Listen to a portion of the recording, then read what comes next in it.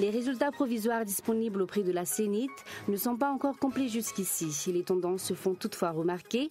Le parti du pouvoir HVM remporterait 60% des communes dans toute l'île. Le parti Malagasy-Maramieng gagne 75 communes selon les résultats provisoires.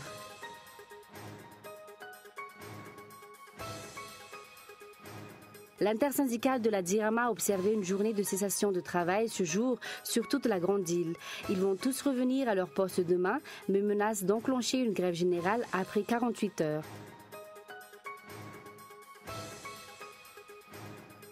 « 178 otages, dont 101 enfants, ont été libérés dimanche soir dans l'état de Borno, Nigeria. Bilan humain, depuis 2009, l'insurrection de Boko Haram ensanglante a fait plus de 15 000 morts.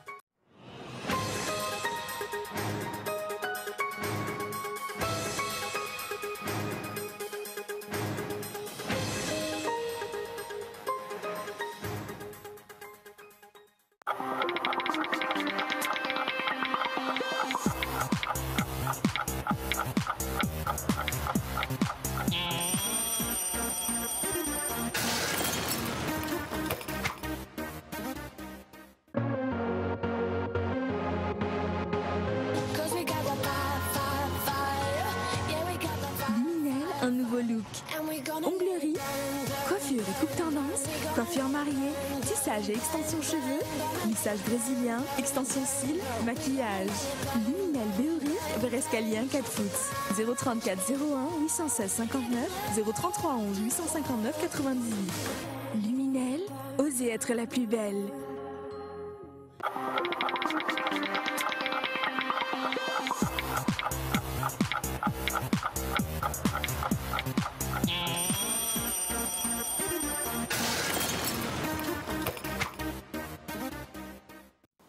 Bonsoir à tous et bienvenue dans ce journal sur Cool TV. Commençons avec la page politique. Les résultats provisoires disponibles auprès de la CENIT ne sont pas encore complets jusqu'ici. Les tendances se font toutefois remarquer. Le parti au pouvoir HVM remporterait 60% des communes dans toute l'île. Le parti Malagasy-Maramieng fait une remarquable percée dans la partie sud de l'île, ainsi qu'au niveau de certaines communes rurales de la périphérie et d'autres régions de la capitale, soit 75 communes selon les résultats provisoires. Lili Rabiat.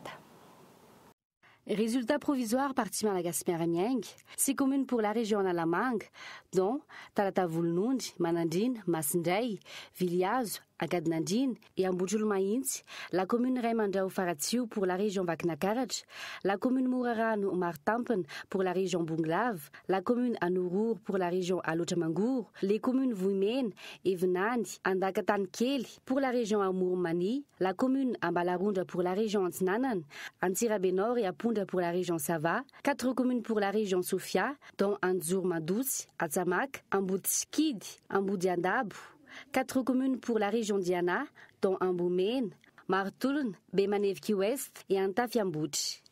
Les communes Vunduz, Vuimen, Antuknal, Andouarano, Bevoy Berech, Manaboja pour la région Atimotsnanan, les communes Isuanala Bechuk, Fenouev et Fit, Enanli et Maniumbu pour la région Anous. Dans la région Vadva Fitounan, les communes Ifanadine, Andemag, Ilakach, Maabu, dans la région Andouy, les communes Imanombu, Ambansark, Ambenandi, Analamari, Ambuneivu, Antartark et Imungi.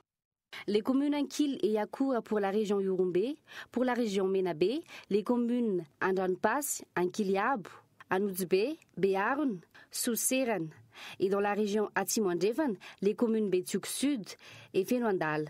Le CENIT n'a encore reçu que 10 rapports sur les 25 SRMV dans toute l'île. Les résultats ne sont pas encore complets pour toutes les régions. Les SRMV des différentes régions tardent d'envoyer leur PV, expliquent les responsables. Et puis, toujours dans ce contexte, il y aura encore des élections, mais pas pour cette année. Le Premier ministre l'avait déjà affirmé. Et de nombreuses conditions sont encore à remplir et les propositions de loi à être votées à l'Assemblée nationale, selon un responsable du ministère de l'Intérieur. Toutefois, de nombreuses lois n'ont pas encore été adoptées et le problème vient de l'incompétence de l'exécutif. Reportage de Irmirina Rabari. À titre de rappel, le projet de loi sur la chaîne spéciale concernant le trafic de bois de rose, qui a été le dernier projet passé adopté lors de la première session extraordinaire, mais n'a pu être réalisé. Il en est de même pour la loi de finances rectificative 2015. On a aussi attendu sur le code de la communication qui a déjà été élaboré par étapes mais n'a pas encore été inséré dans l'adoption d'ordre du jour. Concernant l'économie de Madagascar, le code minier et le code pétrolier sont encore attendus pour les députés. Vu les problèmes, ce sont les méthodes de travail du gouvernement qui traînent et mettent en retard l'adoption des lois selon les députés. Le projet de loi sur le remplacement du Sénit par la CENI a été déjà déroulé à l'Assemblée nationale, mais l'adoption a été repoussée pour des raisons inconnues. Le travail du Sénit doit se terminer lors de la préparation de l'élection communale selon la feuille de route, c'est-à-dire qu'on doit instituer un nouveau plan pour l'élection des sénateurs ou des chefs de région. Le Premier ministre a déjà annoncé lors d'un de ses passages à Timbazas qu'on doit faire l'élection cette année. Techniquement, l'élection sénatoriale ne pourra se tenir cette année selon le secrétaire général du ministère de l'Intérieur. Les membres du gouvernement et les responsables de chaque ministère déclarent ne pas avoir eu vent d'une session extraordinaire du Parlement. Comme vous l'avez suivi dans les titres, l'intersyndicale de la DIRAMA a observé une journée de cessation de travail. Ce jour, sur toute la grande île, ils vont tous revenir à leur poste demain, mais menacent d'enclencher une grève générale après 48 heures. La démarche au niveau de l'inspection du travail s'est effectuée ce jour. Et puis pour eux, la solution est que l'État achète les matériels de réparation nécessaires pour la DIRAMA et non vendre des centrales. Reportage de Gaëtan Diatlav. La concession des centrales thermiques de Voulbé et de Manchese pour 20 ans au profit de l'entreprise américaine Symbion Power est devenue un très grand problème entre la DIRAMA et l'État.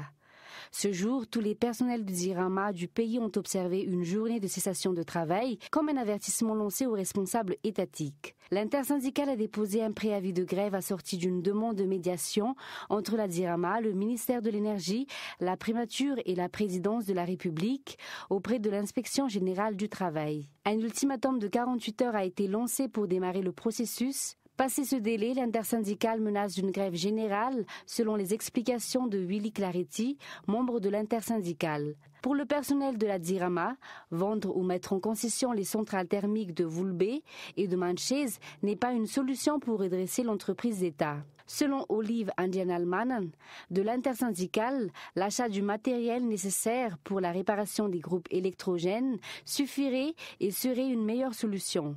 D'ailleurs, d'après nos investigations, le fait est que les groupes achetés par la DIRAMA ne correspondent pas aux factures en milliards payées par l'État. Le partenaire public-privé est certes nécessaire, mais pas avec la DIRAMA, explique-t-il. Également dans l'actualité, un mois après le problème du syndicat d'enseignants-chercheurs, les cours vont reprendre au campus s'il n'y aura pas d'année blanche 2014-2015, selon un responsable du ministère de l'Enseignement supérieur. Et le processus de négociation autour des exigences du CCES va être accéléré. Le retard a été la source de suspension des cours de l'université. Ce sont les grands points du consensus après la rencontre d'aujourd'hui entre les représentants des étudiants et les responsables du ministère. Les détails avec Gaëtan Diatlav. Les représentants des étudiants d'ACAT sont venus tôt au ministère de l'Enseignement supérieur aujourd'hui. Ils ont exposé deux grandes questions, la reprise des cours à l'université et la suite des négociations entre le CCES et le ministère. La rencontre a duré 1 heure. Après la rencontre, ces étudiants se sont déclarés satisfaits et espèrent que les cours vont reprendre le plus tôt possible selon les promesses prodiguées. Les étudiants attendent la réponse du CCES sur la reprise ou non des cours à l'université. D'autre part, le responsable du ministère de l'Enseignement supérieur laisse entendre qu'il n'y aura pas d'année blanche pour cette année scolaire 2014-2015. Une année blanche dont tous les étudiants n'ont cessé de craindre ces derniers temps. Les cours vont reprendre bientôt. En plus, le processus des négociations sur le calendrier imposé par le CCES sera accéléré. Tout cela en attendant la réponse de la proposition du Conseil national. En fait, la reprise des cours à l'université dépendra toujours de la décision du CCES. Et puis dans le reste de l'actualité, la date limite pour la circulation des voitures particulières avec le volant à droite sur le territoire national est proroguée jusqu'au 31 octobre 2015. Les mécaniciens de leur côté rassurent, le changement en volant à gauche n'impacte pas les véhicules. Michela Renardzol. À la demande de l'association des propriétaires des voitures à volant à droite, il est porté à la connaissance du public ainsi qu'à toutes les entités concernées par le domaine du transport routier que la date limite pour la circulation sur le territoire national des voitures particulières ayant ces caractéristiques est prorogée jusqu'au 31 octobre 2015. Le général Richard Azafndessat, directeur des transports routiers, explique que l'interdiction a été décidée car la circulation est à droite à Madagascar. Les propriétaires des voitures particulières à conduite à droite disposent donc de 3 mois pour apporter les modifications nécessaires. Cette disposition ne s'applique pas aux véhicules utilitaires à volant à droite dont l'interdiction de circuler est maintenue à partir du 1er août 2015. À titre de rappel, la modification coûte entre 500 000 ariages à 800 000 ariages.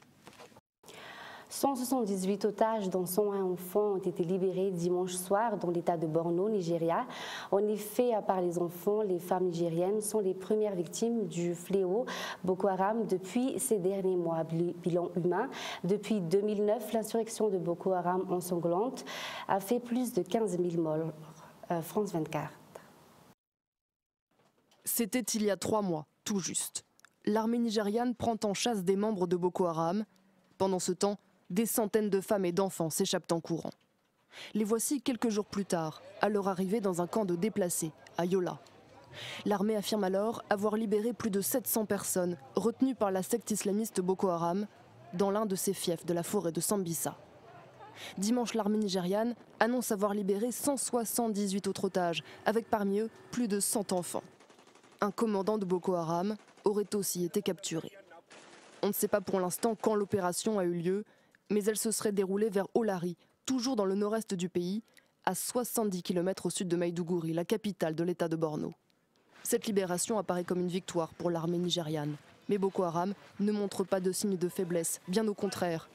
La secte islamiste frappe désormais aussi dans les pays voisins. Ces dernières semaines, plusieurs attaques suicides ont été menées au Cameroun et au Tchad, 2 des pays qui participeront à une force d'intervention conjointe contre Boko Haram. Le Niger et le Bénin se sont aussi engagés à collaborer. Le président béninois a promis d'envoyer 800 soldats. Je remercie Monsieur le Président de voir en nous des voisins proches et d'accepter de lui-même de participer au déploiement de troupes autour du lac Tchad afin que les terroristes de Boko Haram n'étendent pas leurs menaces.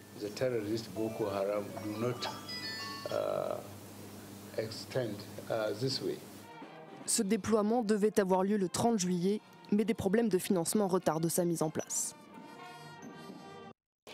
Et puis, l'état d'urgence en Californie a été décrété vendredi soir. 9000 pompiers mobilisés pour lutter contre les flammes et puis des milliers d'habitants évacués. Californie en proie à une sécheresse inédite qui sévit depuis 4 ans et ravagée par de gigantesques incendies. France 24. Jusqu'ici épargnée, la forêt de Los Padres au nord de Los Angeles est à son tour dévorée par les flammes. Cet incendie s'ajoute aux centaines d'autres qui consument la Californie. Parmi eux, plus d'une vingtaine sont de très grande ampleur. Aux alentours de Los Padres, pas d'évacuation pour le moment, mais au nord de la Californie, au-dessus de San Francisco, 12 000 habitants du comté de Lake ont dû fuir leur maison. Une cinquantaine de bâtiments ont déjà été détruits, des milliers d'autres sont menacés. Malgré l'intervention des pompiers, le feu n'est toujours pas maîtrisé. Le feu a grossi de plus de 8000 hectares en 5 heures. C'est incroyable qu'une telle étendue brûle en si peu de temps. Mais encore une fois, c'est la sécheresse qui permet à ce genre de feu et à tous les autres auxquels nous sommes confrontés de grossir si rapidement. Une sécheresse qui dure depuis 4 ans et d'une intensité inédite depuis les années 70. À cela s'ajoutent des orages de montagne avec peu de pluie. Les éclairs déclenchent des petits incendies sur le sol desséché. Mais selon les autorités californiennes, 95% des incendies sont causés par l'homme. Et puis pour finir, je vais vous rappeler les grandes lignes de ce journal. Les résultats provisoires disponibles auprès de la CENIT ne sont pas encore complets jusqu'ici.